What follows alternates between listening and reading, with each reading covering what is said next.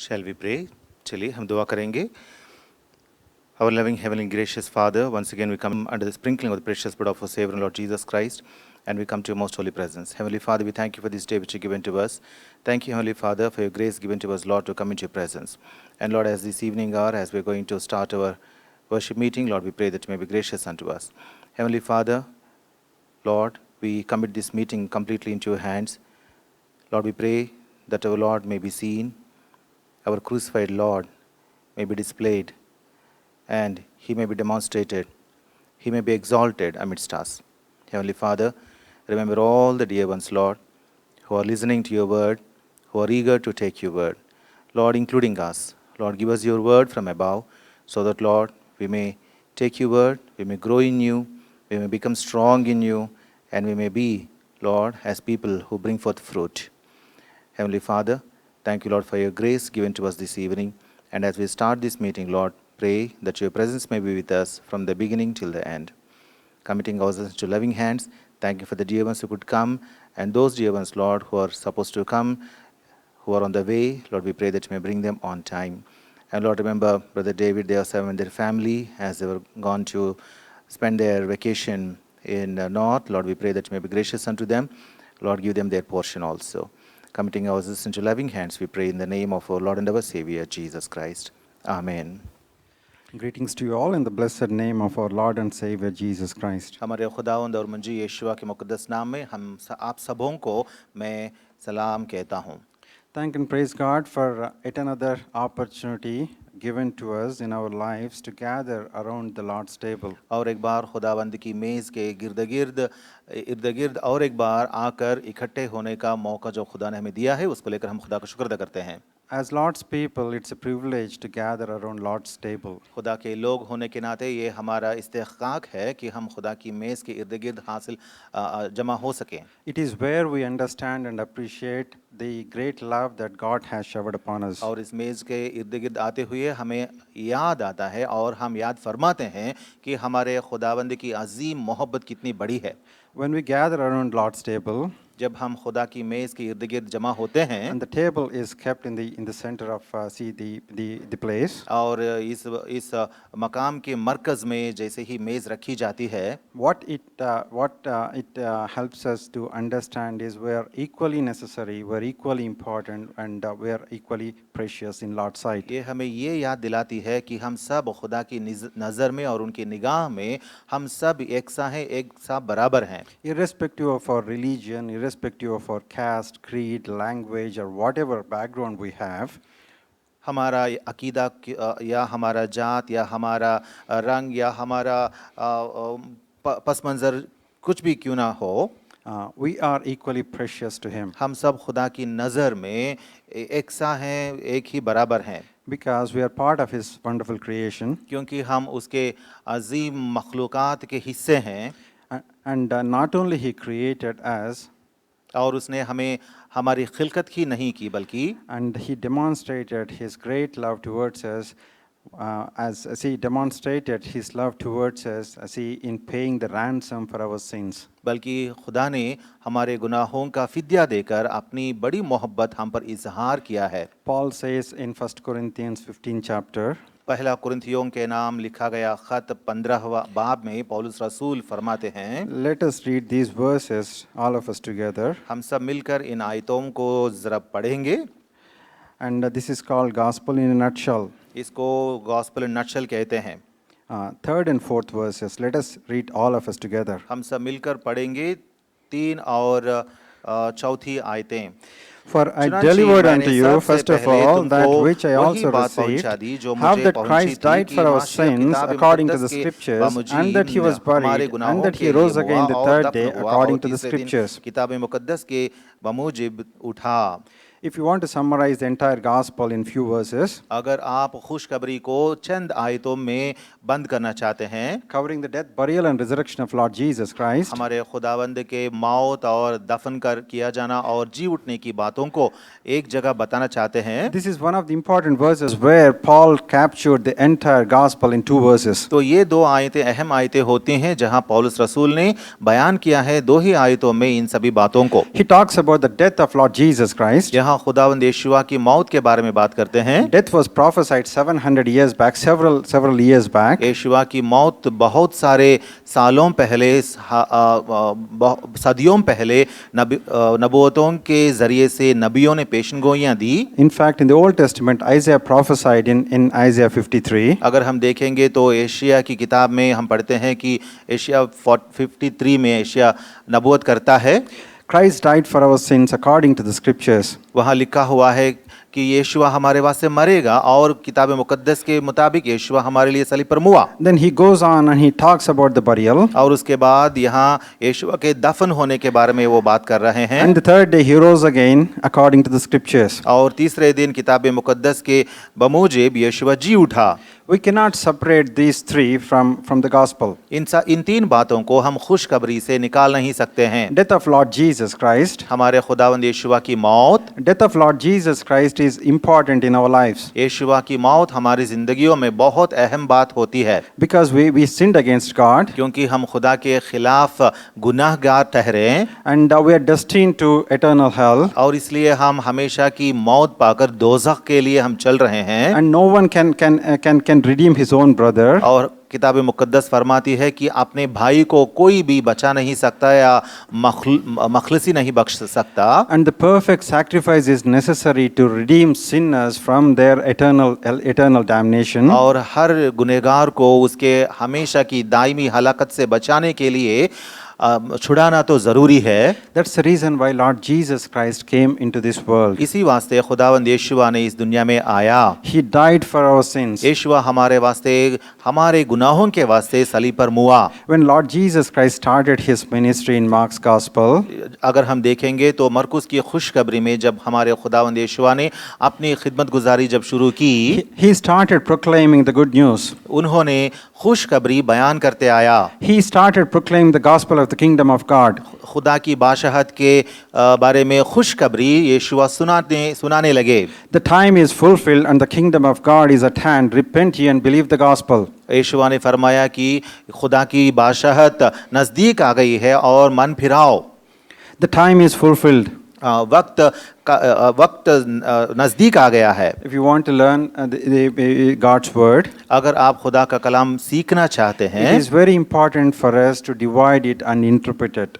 खुदा के कलाम को तकसीम करके उसके बाद उसका मतलब समझना अहम होता है। To relate the Old Testament verses with the New Testament verses. मतलब पुराने अहदनामा के वर्सेस या आयतें जो होती हैं उन आयतों को नए अहदनामे के आयतों के मुताबिक हमको समझकर पढ़ना है। That's how we can understand how God was preparing wonderful salvation for us. इस तरीके से अगर हम पढ़ेंगे तो हमें समझ में आएगा कि खुदा ने हमें ये अजीम नजात के वास्ते हमें किस तरीके से उसने तैयार किया। Let us go to that verse, Mark's Gospel. चलिए हम एक बार देखेंगे मरकुस की खुशखबरी में उस Mark's बात को Gospel, देखेंगे। first chapter मरकुस की खुशखबरी पहला बाब and 15th verse. और 15वीं आयत। The time is fulfilled. वक्त पूरा हो गया है। That's the first fragment that we want to meditate on. इस पहली हिस्से को हम मुताला करेंगे। When the time is fulfilled. जब वक्त पूरा हो गया, when the time of the prophecy is going to be fulfilled, नबूवत का वक्त जब पूरा हो गया, Lord Jesus Christ, the beloved Son of God, was sent into this world. खुदा का बेटा यीशुआ इस दुनिया में भेजा गया था। And he came into this world. और यीशुआ इस दुनिया में आया। And he searched for those who are lost in this world. और इस दुनिया में खोए हुओं को यीशुआ ने ढूंढा। And he started preaching the gospel to the people. और लोगों को यीशुआ खुशखबरी सुनाने लगे। And he started preaching the gospel of the kingdom of God. और खुदा की बादशाहत की खुशखबरी यीशुआ सुनाने लगे। And when he was here, और जब यीशुआ यहाँ थे, he healed the people. उसने यीशुआ ने लोगों को शिफा बख्शा, who were suffering from terminal diseases, जिनको टर्मिनल बीमारियां जो होती थी, and he healed so many people, और बहुत सारे बीमार लोगों को चंगा किया, and he was doing good to everyone all around him. और यीशुआ के इर्द गिर्द जो भी लोग थे उन सबों को यीशुआ ने भलाई की। When the time is fulfilled, Lord Jesus Christ came into this world. और जब वक्त पूरा हो गया तो यीशुआ इस दुनिया में आया। And then the doors of the kingdom of God are open to everyone. तब खुदा की बादशाहत की फाटक जो थे वो फाटक सबों के लिए खुल गए। He started preaching the gospel. खुदावंद यीशु खुशखबरी सुनाने लगे। And John the Baptist, the forerunner before God, before Lord Jesus Christ, और हमारे खुदावंद यीशुआ के मनादी करते हुए जो बपतिस्मा देने वाला यूहन्ना आया था, John the Baptist was, in fact, he was preparing the way before Lord Jesus Christ. हम जानते हैं कि बपतिस्मा देने वाला यूहन्ना जो है वो हमारे खुदावंद यीशुआ के सामने वो राह तैयार कर रहा था। When John the Baptist was imprisoned, और जब बपतिस्मा देने वाला यूहन्ना को उन्होंने कैद किया, Lord Jesus Christ continued the same proclamation. तब हमारे खुदावंद यीशुआ इसी मनादी को जारी रखने लगे। The kingdom of God is at hand. खुदा की बादशाहत नजदीक है। Repent ye and believe the gospel. तौबा करो और खुशखबरी को मानो। Repentance, through repentance we can receive the blessings from God. तौबा करने से ही, मन फिराने से ही हम खुदा से बरकतों नेमतें पा सकते हैं। Through repentance we can get the remission of our sins. तौबा करने से ही हम हमारे गुनाहों की मखलसी हम पा सकते हैं। This gospel is going to change your life and my life. ये खुशखबरी जो है ये आपकी जिंदगी और मेरी जिंदगी को भी बदल देती है। Though if we look back at our lives, अगर हम पीछे मुड़कर एक बार हमारी जिंदगियों को देखेंगे, the life may be full of failures, हमारी जिंदगियों में हम बहुत सारे फेलियर्स के साथ शायद रहते हैं, full of weaknesses, शायद बहुत कमजोरियां हमारी जिंदगी में हैं, so many disappointments, बहुत सारे बातों को लेकर डिसअपॉइंटमेंट्स भी हैं, so many broken relationships, और हमारे रिश्तों में भी बहुत सारे ब्रोकन रिलेशनशिप्स होते हैं, so many strained relationships, बहुत सारे स्ट्रेन रिलेशनशिप्स भी होते हैं। and when we turn to God, लेकिन जब हम खुदा के तरह तवज्जो करेंगे, when you and I opened our hearts unto God, जब हम हमारे दिलों को खुदा के वास्ते हमने खोला था, when we cried unto God, जब हमने खुदा को देखकर पुकारने लगे, Lord be merciful unto me for I am a sinner. खुदावन मुझ पर रहम कर क्योंकि मैं गुनहगार हूँ करके जब हमने पुकारा, when I confessed my sins, जब मैंने मेरे सारे गुनाहों को कबूल किया, इकरार किया, when you confessed your sins, जब आप अपने सारे गुनाहों के इकरार करे, Lord Jesus Christ forgave your sins. खुदावंद यीशुआ हमारे सबों के गुनाहों को मुआफ कर चुके थे। He received you as his own child. यीशुआ ने हम सबों को अपने बच्चे बना दिए। We have the wonderful right to become the sons of God. अब हमको ये इस्तेखाक हासिल हुआ है कि हम खुदा के बच्चे बन गए हैं। We can call God the Creator as our heavenly Father. खालिक खुदा को हम हमारे आसमानी बाप करके पुकार सकते हैं। This is called the born again experience. इसे कहते हैं नए सिरे से फिर से जन्म लेना। A born again experience means we are born from above. नए सिरे से जन्म लेना का मतलब ये होता है कि हम ऊपर से पैदा हुए हैं। We belong to the family of God. हम आसमानी खुदा के खानदान के या घराने के हिस्से बन चुके हैं। God is our heavenly Father. खुदा ही हमारे आसमानी बाप हो चुका है। You and I can go to our heavenly Father at any point of our life. मैं और आप, हम सब कभी भी हमारी जिंदगी में कभी भी किसी वक्त हमारे आसमानी बाप के पास हम जा सकते हैं। Call unto him in any crisis situation. किसी भी तकलीफ के वक्त में उसे पुकार सकते हैं। And we can get his response. We can get heavenly help. और आसमानी मदद और उसका जवाब हमें हासिल हो सकते हैं।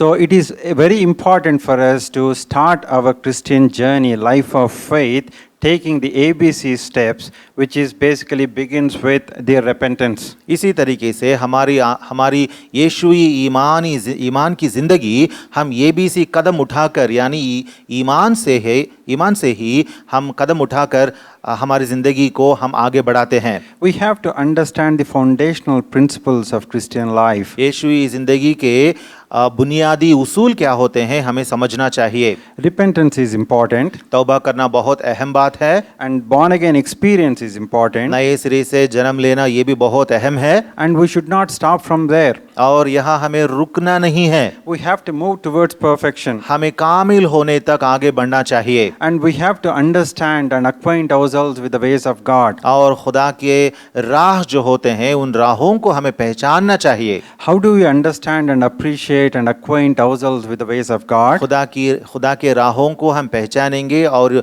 उसे मानेंगे और उसकी पैरवी हम कैसे कर पाएंगे? It is very important to understand the word of God. हमें खुदा के कलाम को पहला समझना बहुत अहम होता है। It is very important for us to hear the still small voice when we read God's word. खुदा के कलाम का मुताला जब हम करेंगे, जब हम खुदा का कलाम पढ़ेंगे तो खुदा की बहुत धीमी आवाज़ को सुनने का तजुर्बा रखना ज़रूरी होता है। How many times our time is spent, most of our time is spent in crowded places. कितनी बार हम हमारे वक्तों को बहुत लोगों से भरे हुए जगहों में बिताते हैं।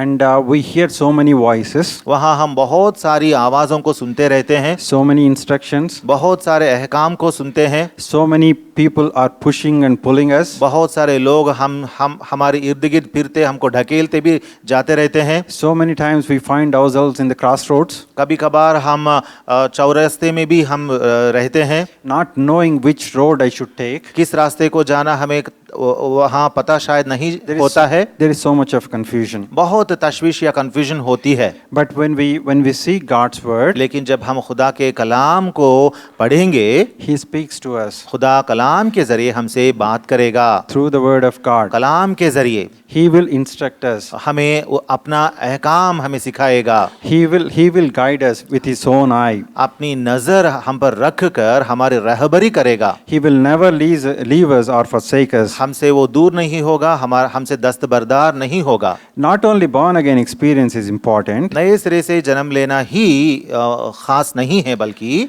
growth is also important. खुदा में बढ़ना ये भी बहुत अहम बात होती है।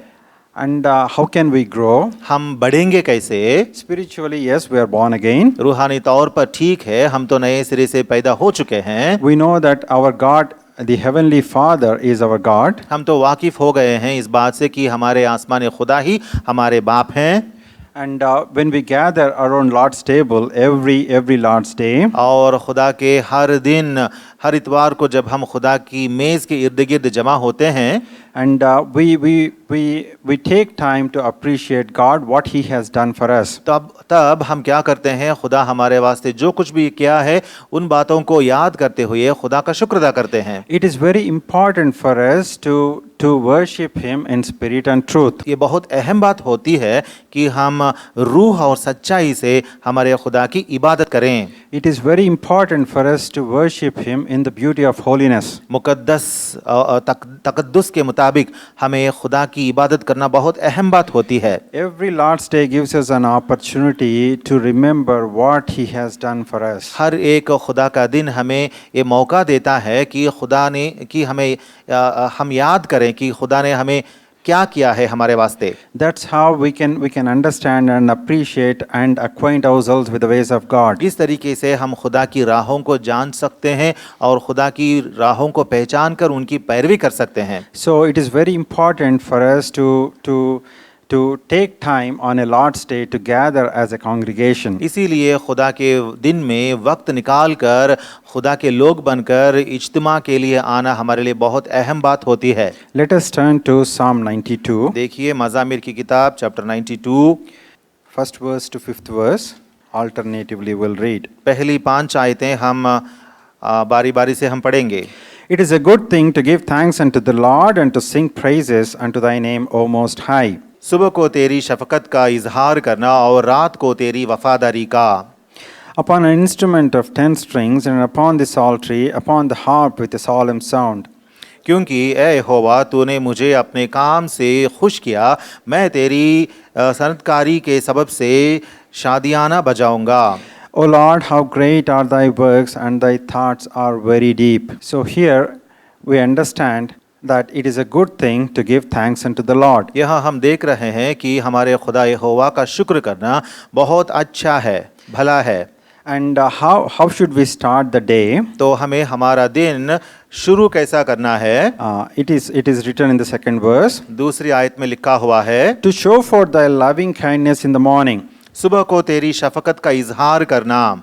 God's mercies are new every morning. हर दिन हर सुबह खुदा की शफकतें नए हैं। Rise up early. सुबह सुबह सवेरे उठना Spend time at His feet. और खुदा के कदमों के पास वक्त गुजारो। That is called the quiet time. इसी को हम क्वाइट टाइम कहते हैं। When no other voices are heard. हमारे इर्द गिर्द कोई और आवाज उस वक्त नहीं होती है। When no other noises are heard. कोई और नॉइज भी, शोर शराबा भी नहीं होता। Take time to hear from a still small voice from God's word. उसी वक्त खुदा के कलाम के सामने बैठकर खुदा की आवाज सुनने का तजुर्बा सीखो। So that you show forth His loving kindness in the morning. ताकि याद करे कि खुदा की शफकत हर सुबह खुदा हम पर किस तरह इजहार करता है।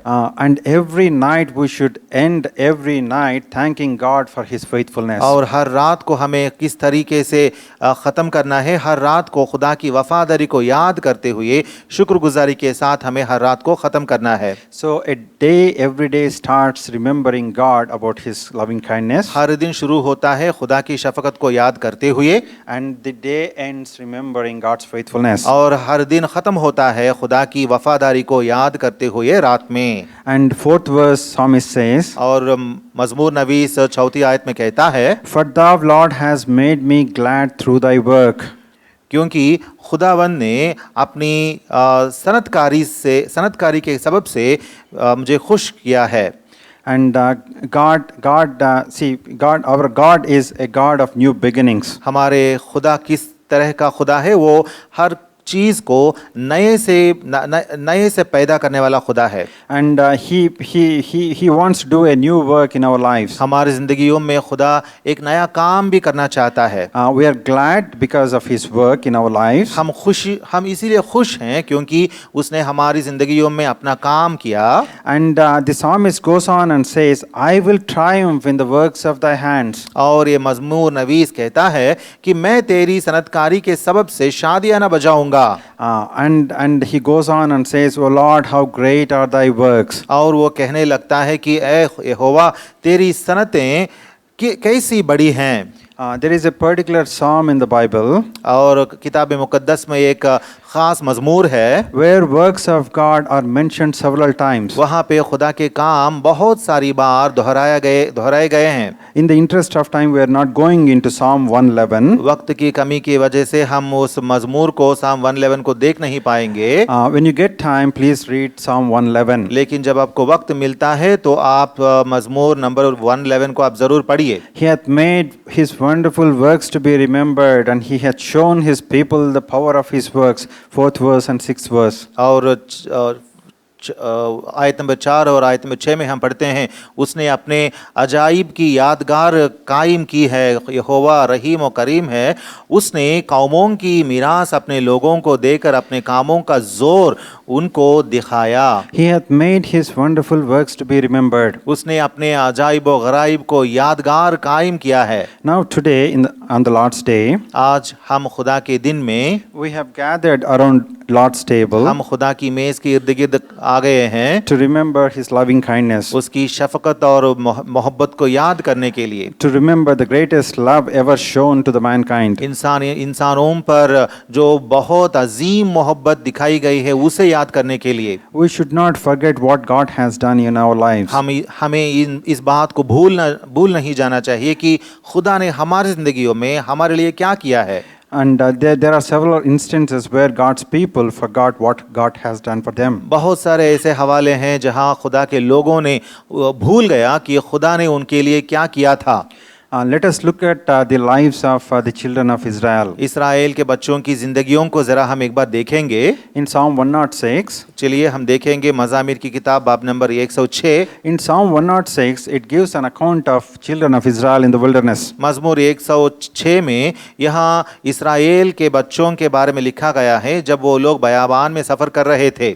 And here we see in the second verse, who can utter the mighty acts of the Lord? यहाँ दूसरी आयत में हम पढ़ते हैं, कौन यहोवा की कुदरत के कामों को बयान कर सकता है। This is a wonderful psalm. ये बहुत अजीम मजमूर है. And here there are we can see the faithfulness of God several times. यहाँ इन आयतों में हम खुदा की वफादारी को बहुत सारी बार देखते हैं. And here see the one sad thing here is यहाँ बहुत दिलसोज बात ये दिखाई देती है कि in several places it is written about the children of God, they forgot God their Savior. यहाँ बहुत सारी बार ये बात दोहराई गई है कि खुदा के बच्चे, खुदा के लोग बहुत सारी बार खुदा को भूल गए हैं. For example, let's see verse 13.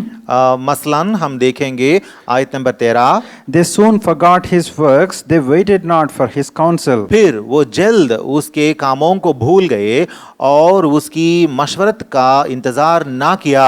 They forgot his works. उन्होंने उसके कामों को भूल गया. When we don't take time to appreciate what God has done for us, हमारी जिंदगियों में हमारे वास्ते खुदा ने जो कुछ किया है उसको याद करने के लिए अगर हम भूल जाएंगे, if we forget willfully, अगर हम जानबूझकर भूल जाएंगे, if we don't take time, अगर हम वक्त नहीं निकालेंगे उसके लिए, this may happen to even to us as well. ये बात जो यहाँ लिखी गई है हमारी जिंदगियों में भी शायद ये बात हकीकत में बदल जाएगी. They waited not for his counsel. उन्होंने उसकी मशवरत का इंतजार ना किया. Some people are always in a hurry. कुछ लोग हमेशा जल्दबाजी में लगे रहते हैं. In Christian life, God helps us to learn several things through waiting. हमारी यीशुई ईमान की ज़िंदगी में हमारे खुदा बहुत सारी बातों को हमें मुंतज़िर ठहरा कर, इंतज़ार करने वाले बनाकर हमें सिखाता है. When we are born again, जब हम नए सिरे से जन्म लिए, our formative years start. हमारा फॉर्मेटिव ईयर यानी हमारा बनाए जाने के वक्त शुरू होते हैं. God starts shaping our lives. खुदा हमारी जिंदगियों को वो तश्कील करता है. God works in our hearts, in our lives, so that the image of Lord Jesus Christ is formed in us. हमारे दिलों में, हमारी जिंदगियों में खुदा काम करना शुरू होता है ताकि खुदावंद यीशुआ की शक्ल हमारे जिंदगी में दिखाई दे. As God leads, we are going to meditate few things on the formative years or the formative work.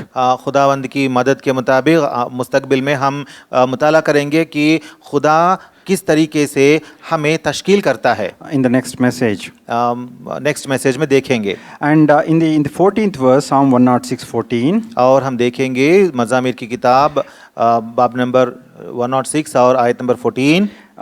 Lusted exceedingly in the wilderness. उन्होंने क्या किया था? बियाबान में बड़ी हिर्स की. And 21st verse, they forgot God their Savior. और आयत number 21 में हम पढ़ते हैं वो अपने मुंजी खुदा को भूल गए. And in the 24th verse we see they despised the pleasant land. और वर्स 24 में हम पढ़ते हैं कि उन्होंने सुहाने मुल्क को हकीर जाना. They believed not in his word. उन्होंने उसके कौल का यकीन ना किया. See, they started their journey. देखिए उन्होंने अपना सफर शुरू किया था. They are moving towards the promised land. वो लोग मऊदा मुल्क के लिए कुछ कर रहे हैं. And see, Moses is going to the mountain top. और यहाँ मोशे वो उस पहाड़ की चोटी पर जाता है. To receive the oracles and the 10 commandments from God. और 10 अहकाम खुदा के हाथों से लेने के लिए वहाँ वो पहुँचता है. And at the same time, and people are sinking in deep mire. लेकिन उसी वक्त नीचे लोगों ने गुनाह के जलजले में लोग डूबने लगे. And see, they started sinning against God. और खुदा के खिलाफ वो लोग गुनहगार बन गए. They are redeemed from the bondage of Egypt. वो लोग तो मिस्रईम की बंदिश में से निकाले गए लोग हैं. And most of them, they did not acquaint themselves with the ways of God. और उनमें बहुत सारे लोग खुदा की राहों को पहचानने वाले नहीं थे. It is very important for us to take time to appreciate, to acquaint ourselves with the ways of God. हमें ये बात बहुत अहम लगती है क्योंकि खुदा के राहों को हम पहचाने. It is time for us to worship the Lord. हमारे खुदा की इबादत करने का वक्त अब हमें आया है. And we should remember what God has done done in our life, और हमारी जिंदगियों में खुदा ने जो कुछ किया है उन बातों को हमें याद फरमाना है। we have to remember God for the death, burial and resurrection of Lord Jesus Christ. हमारे खुदावंद यीशुआ के सलीबी मौत और दफन किया जाना और फिर से जी उठने की बातों को लेकर खुदा का शुक्र अदा करना है। We should worship the Lord in the beauty of holiness. और तकद्दुस के मुताबिक हमें खुदा की मुकद्दस नाम की इबादत करना है। We have a wonderful Savior. हमारे सामने हमें तो बहुत अजीम मुंजी है। This is a wonderful salvation. ये बहुत अजीम नजात है। May God help us to worship God in spirit and truth. हमारे खुदावंद हमें इस तरह की रहमत अता फरमाए कि हम रूह और सच्चाई से हमारे खुदा की इबादत कर पाएं। Now we'll worship the Lord. अजीजों, अब हम खुदा की इबादत करेंगे।